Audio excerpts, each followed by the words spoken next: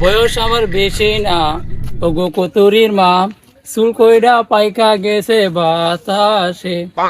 আমি ঘটক নন্টু মিয়া, করাইতে পারি না একটা বিয়া, তাও আমি ঘটক হইয়া ঘুইরা বেড়াই গ্রামে। আমি ঘটক নন্টু মিয়া।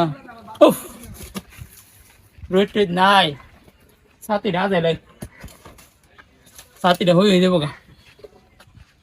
উফ, এই গ্রামের রাস্তা, রাস্তা দিও ভালো না, তুই দিও লইলে।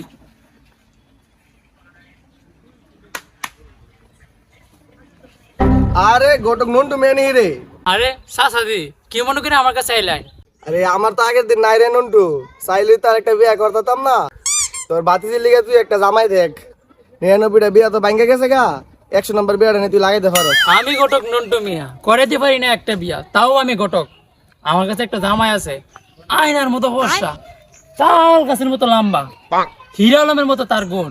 আপনি যদি কইন তাহলে আমি হিবাটার কাছে প্রস্তাবটা দিয়া দেখতাম পারি বেড়া কি থাকো। আচ্ছা নন্টু, কোনো সমস্যা নাই, চা পানের পয়সা যা লাগে আমি দিমু, তুমি বিষয়টা দেখো।